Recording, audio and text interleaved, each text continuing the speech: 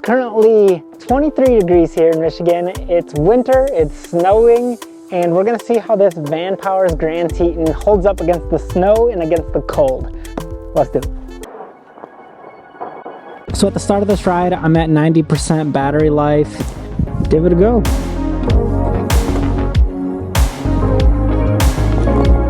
Ooh, she cruising. This feels really nice to pedal.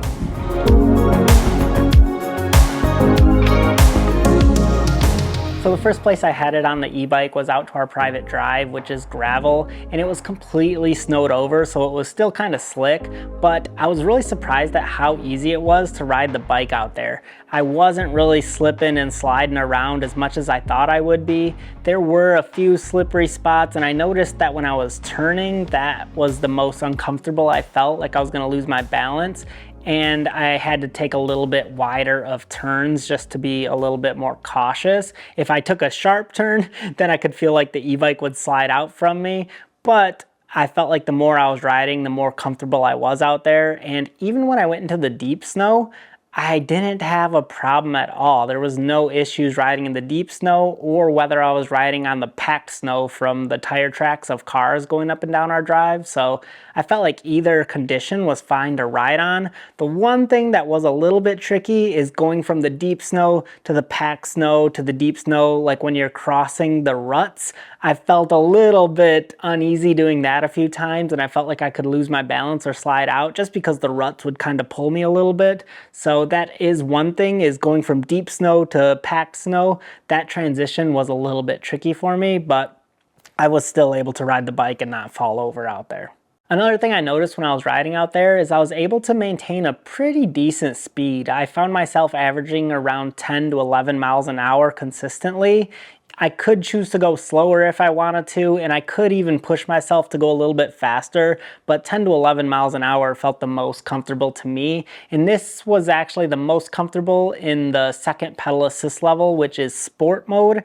That felt super good. I could ride very comfortably in eco mode as well, but sport just felt like it had a little more pep to it and could get me going in the snow if I slowed down or something. So I found myself keeping it in sport mode the most frequently. One of the features of the Grand Teton Pro that I really appreciated when I was riding this out in the snow is the fact that it comes with a torque sensor instead of a cadence sensor. A cadence sensor basically just brings you up to the set speed and then it just stays there, versus a torque sensor will adapt to how hard or how lightly you're pedaling. So if you pedal harder, the e-bike will give you more assistance, and if you pedal softer, the e-bike will go slower as well.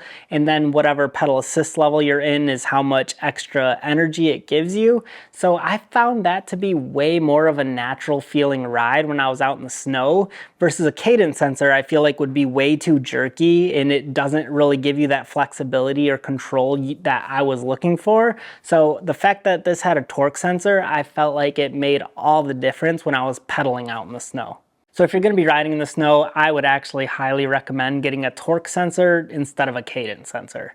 The other nice thing that the Vanpowers actually came with is a thumb throttle, and I found this to be very useful if I ever came to a stop. It just was easy for me to get going again when I hopped on the bike, just to give it a little power from the thumb throttles, and then I could pedal if I wanted to. Just that extra little bit of assistance right there in the initial takeoff just allowed me to feel more comfortable. And I found it useful as well if you wanted to whip the e-bike around and do like a 180 turn right away. You could kind of slide the bike and skid the back tire when you're holding down the throttle in the snow. So I found that to be fun and actually useful if you're trying to turn around quickly. So I really appreciated that as well. It's nice with this throttle, you can kind of have to press it. You don't have to press it all the way down, and it's going to go a lot slower. It'll be a lot easier to maintain and manage. But I like pedaling as well. The torque sensor feels super nice. The next thing I wanted to test out with this e-bike was taking it off-roading. So I drove this out in our yard and up and down some trails, and this thing was a beast out there. It had no problem at all going through the thick, deep snow. The motor was plenty strong enough and I could pedal with ease out there. There's a huge difference between riding an e-bike and riding a regular bike in the snow. An e-bike makes it just 10 times easier. Dude, if you're a hunter and you have to go back to your deer blind or something like this, take an e-bike, it's super quiet, and then it's super easy to get through snow like this. So I don't know why you wouldn't get one if you're a hunter. A feature that I found really useful for riding an e-bike in the winter is having lights on it. It gets dark at like 5 o'clock here in Michigan right now, and the fact that this thing comes with lights helps you just to see so much better when it starts getting dusk out and even when it gets dark outside. This bike comes with a front headlight and it comes with brights on it as well, or dims, and then it also comes with very visible tail lights that also flash when you squeeze the handbrakes. So I feel like those are very important if you're going to be commuting in the winter time. If it gets dark in your area like it does here, you might want to consider an e-bike that comes with lights. Also, if you're going to be riding out in the winter, I definitely think you should go with a fat tire e-bike rather than regular tires because it will give you way better traction. I could have probably had better grip as well if I would have deflated the tires a little bit. I think that would have helped out, but these seem to be fine even inflated to their normal PSI level. And then if you want to take it a step further, you could also get studded tires as well. Another thing you're going to want to check if you want to ride your e-bike out in the snow is make sure it has an IPX rating of like 4 or better. That way it's going to be water resistant so you don't damage your e-bike. I don't actually know what Vanpowers is. I'll have to email them to find out what their IPX rating is for this e-bike.